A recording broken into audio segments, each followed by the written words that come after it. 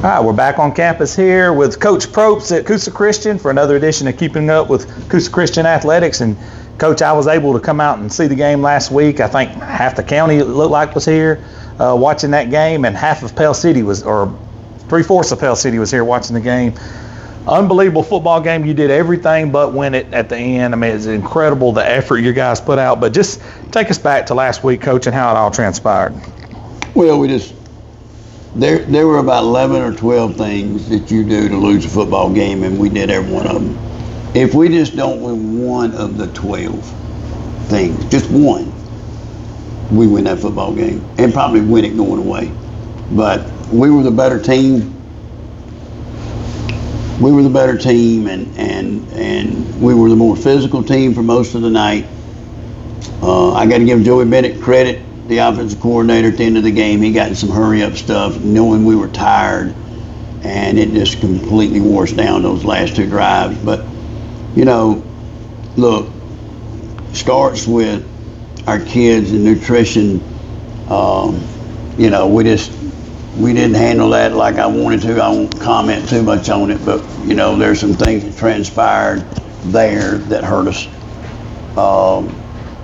From the right things to put in your body that we could have done differently that would have helped us. And then you throw the fact in that that's probably one major thing. The other thing is there was a 5-man officials crew. I don't know who made that decision. That's a wrong decision. You don't play that kind of football game with 5 officials. That should have been a 7-man crew, at least a 6, but probably a 7-man crew. And so that was a mistake. So those are two things outside of the blocking and the tackling and the plays during the game that should have been handled differently. How many times are you going to give up 2 onside kicks? I don't think I've given up 2 onside kicks in my career. Yeah. And so, and we gave up 2 in the same game. That was unacceptable on our part. We kicked to their best player. Huge mistake. Ethan Isbell's a really good football player. He's a Jack State commit. Love the kid. Good player. You know, if he don't touch it, then they don't go all the way down to the 2-yard line or 5, whatever it was. They fumbled on a kickoff or a punt. We try to scoop it instead of getting on it. That cost us points. We missed a field goal. Chip shot field goal. We missed an extra point. We shank a punt. I mean, it just continues. And then the cramps became so bad. We had kids that played over 150 snaps. I mean, that's unbelievable. I mean, we're playing 14 people total, and with a kicker 15. But you know, the kicker ain't gonna cramp, he only kicks. But so I'm proud of our effort, proud of the effort. Because at the end, when we stuck that in to go up 27-14, they were done. They're done. They didn't even, Mac ran a power play right at them, and they don't even nobody around him. He just walks in the end zone untouched. So they had given up. They'd given up basically, and then we let them back in the game. So there was an official's call in the game. Few things that happened there, and I'm not usually critical of officials. You cannot miss linemen downfield in this situation.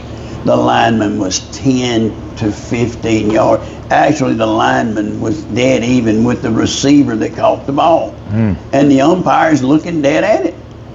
He had already called us being 5 yards downfield. So how do you miss that one? It's impossible for him to miss that one. And so he did. That was 3rd and 7 from the 36. They take that ball down to the 15. Penalties thrown.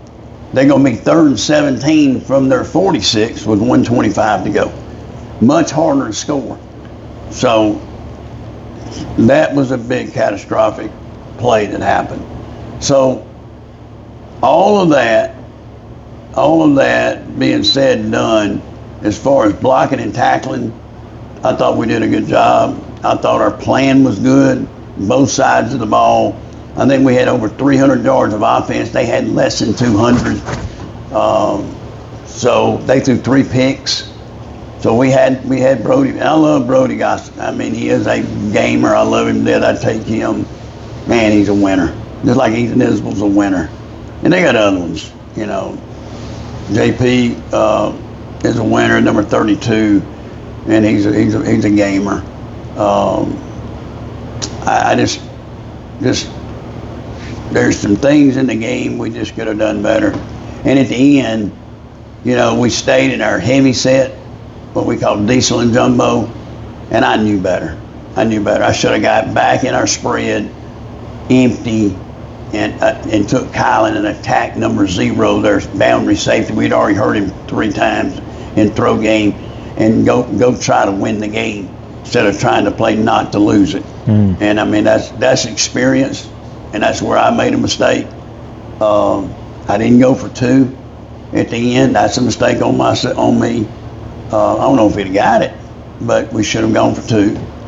And so the 2 major coaching mistakes on my part was the 2-point, leaving the 2 points, not doing that, not going for 2 at the end.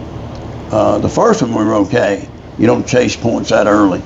But that second one, that's on me. And then us not getting in spread and throwing the football at the end, because it's easier to pass block than it is to run block. Because they're all bunched up in there trying to get the ball back. They got 8 to box, you know, in 0 man, you know, and I'll take Kylan against number 0. 90% of the time he's going to beat him. And so that's the strategic thing I did wrong. So with all that being said and done, I feel like we were the better team.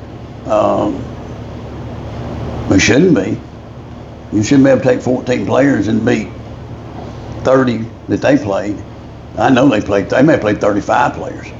So, you know, I think our kids are just tougher. You know, they just gave out. They gave out and started cramping real bad, and that's the first cramps I've had as a head football coach since 2013. Wow. 2013. Seemed like everybody was at one point. You looked up and everybody's like walking straight-legged, like Frankenstein there for a while. Well, we're playing with so much effort. And playing hard. And then we gave them the momentum, and then they started playing hard at the end, but they got more in the tank. Yeah. Ethan Isbell, Ethan's a great player. Blake Ezell played well for them. We should have tacked 27 more, or 21. TJ Sanders, I thought he was a better player last year than he is right now. I think Christian Anderson, number 13, is a good player, 13. But 0 and 21, they're on their back half are their weak links, and we probably should have went after them more. 23, their linebacker, and even DJ Burgess, they're lining him up as safety. And it cost them a touchdown. So I don't know what they're trying to do there with him at safety, but it's unsound what they're doing, and we should have exploited that a little more. Coach, the season and the key to the playoffs starts this week. Regional play with Southeastern, a team that's made it to the second round, I think 3 consecutive years. What have you seen from Southeastern on film in preparation for this week? Well, they were projected to be one of the best teams in our region outside of us. Now, I know they've had some injuries. Lost a really good running back, lost a really good skilled athlete to a broke collarbone. They're beat up, but it doesn't matter. We can't worry about Southeast. We got to worry about Coosa Christian. So we got to go. It's a short week, and here's how I know we're tired. I slept this morning to 9 o'clock. I don't never sleep to 9 o'clock. I mean, I was wore out last night, and so usually I gauge our players by how I feel. And I was gassed yesterday after practice. And so I went home, and of course I watched the tennis match, but it was over a decent hour, and I fell asleep. Next thing I know, it's 8:45 this morning, and I get out of bed, and I'm tired, and I'm thinking, you know, our players got to be tired, and then we got a short week, and we're on the road, so that equalizes a lot of things. Even if you're the better team, those things can get you. Yep. It's no different a couple of weeks from now that Auburn has to go to Oklahoma, which is a tough trip. Then you got to turn around the following week and go back to Texas A&M. So, you know, and of course they fly, but that don't matter. Anytime you have to go back to back on the road, and for us, just going on the road in a short week is tough for a team that only has 14 players that can play. That's my next question is, essentially you had a holiday on Monday, then a shortened week on Thursday. Essentially you're losing at least one day, technically, but on paper 2 days in preparation. Plus you got guys banged up, so how are you putting all this into a pot and mixing it up? Because you got to get guys healthy, you got to get them focused. Like you said, you're even crashing out, so the guys has got to be crashing out. So how do you get these guys? And then to top it all off, y'all can't even sit here and rest and get ready to play for the game Thursday. You got to get on a bus. Yep. Well, you know, Saturday was nothing more than rest and treatment, and we still had not recovered from the Pierce County trip. You know what time players left here at 6 a.m.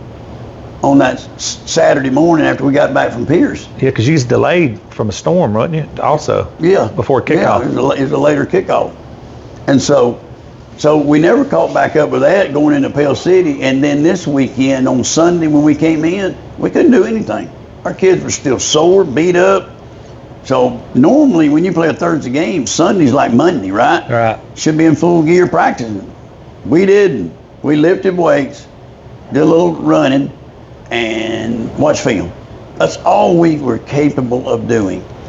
Monday morning we practiced, and we went full gear, and we had a good practice. Actually, I thought better than I thought.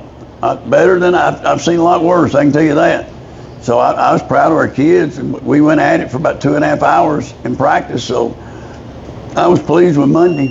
Yesterday, we had to go headgear shorts. I mean, we couldn't. We were tired, and so we were tired yesterday. So we went out in headgear shorts. We were there for 2 hours, probably about 30 minutes too long, but we had things we had to get done, but we did go headgear shorts. And today, just a walkthrough. I want to go out there and go full speed and do some situational work, but it may be more advantageous to us to do nothing. Yeah. Just go out and do walkthrough. Yeah. Because, you know, we got to recover. And then we go to the hotel tonight, so we'll put them to bed earlier tonight. By 9 o'clock, they're going to go to bed. Taking them phones up, ain't you, Coach? Yeah, we're taking phones up and put them in them rooms, and that's it. You know, so we probably won't do as much football stuff. They'll get some academic work they got to do tonight. So we won't do a lot of football stuff tonight. We'll go about 30. You know, we may even watch our special teams tape from last Friday night at the hotel if it's possible. So that way we can see, we hadn't had time to even do the corrections of the Pell City kicking game because there's so many of them.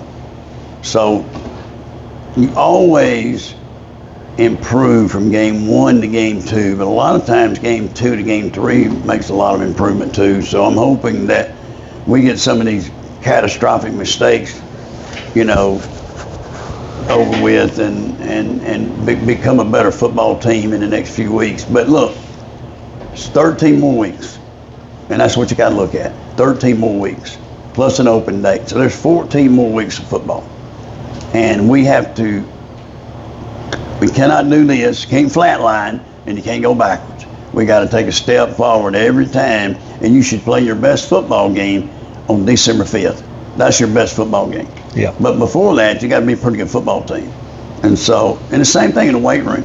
You should be at your strongest come November, early December. I'll never forget this. In 14 and 15 and 17 and 18, our football team in Georgia, we set more personal records in the weight room the week of the state championship game than we did the rest of the year. Our kids understood that, and we would pound that weight room, and then we'd always do PR stuff, and our kids were just, they believed in the weight room, and they believed that they were the stronger team, they were the better team. And I think for us, that's what we're going to have to do. We're going to have to continue to pound the weight room to protect our bodies and to maintain the physicality that we need to win games. So, you know, like I said, this is a big game. We need to go get this one, and then we're home for 3 straight weeks, which is a blessing. Yeah, no doubt. I think that those 3 weeks with Faultville and Susan Moore, I think, Faultville, Susan Moore, and Blunt, and then we'll go on the road and play Cleveland. So, well, Coach, y'all got a lot of things going on here, and I know, you know, you feed the players here. You got a hotel going on Thursday nights before the games. You got tons of uniforms. You got a lot of moving parts here. Y'all are doing construction, fixing to do a lot of work around here. You got a lot of moving parts, but the main thing is you got to get this group dialed in and get them rolling. So I appreciate you spending time with us, Coach, and I always like to turn it back over to you for final thoughts before we shut it down. Well, I think, you know, yeah, we got a lot of things going on. We're getting 2 new cameras in the stadium for our players, and on the practice field for our players to be able to watch better film. You know, from Huddle, I'm very excited about that, and being able to have, you know, 2 angles in practice, 3 angles for the game. That way we don't have to go borrow. Look, for the last 2 weeks, we've had to borrow tape from our opponent to get quality film to break down. We don't need to continue to do that. So, you know, some of the teams we play going forward don't have quality film. That's right. And I think quality film is important to being a better football team. So, we've got that going on. All we're waiting on is the cameras to be delivered, then we'll get them put up. And we got that. We're air conditioning the building for the, you know, that's been an ongoing thing for 5 years. And now they tell me yesterday and this morning that they're going to get it quicker than they thought. So I thought it was going to be in the end of October before they finished it. Now they're fixing to start down here in 2 weeks. That's good. Because they're up here working now. And so we got that going on. And, you know, we just got to continue to make those kinds of improvements with our program, you know. And in the future, we got to find more money to help pay coaches better and to buy things that we need to make us, you know, be good, you know. And I think there's a lot of things here that we lack, but you know, you never stand still, Bo. Either your program is doing this or it's doing this. It's never this, never this. And a lot of times people make that mistake. Is once you reach to a pinnacle of success, is you do this. Well, if you're doing this, you start to do that. Yep. Start to that gradual decline, and you've got to always do something to make that climb to go forward. That's got to happen, and so we will. I'm excited, but I expect our football team to make a run at state title and play 13 more games.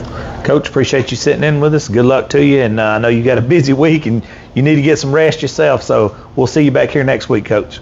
Thank you, Bob. Thank you.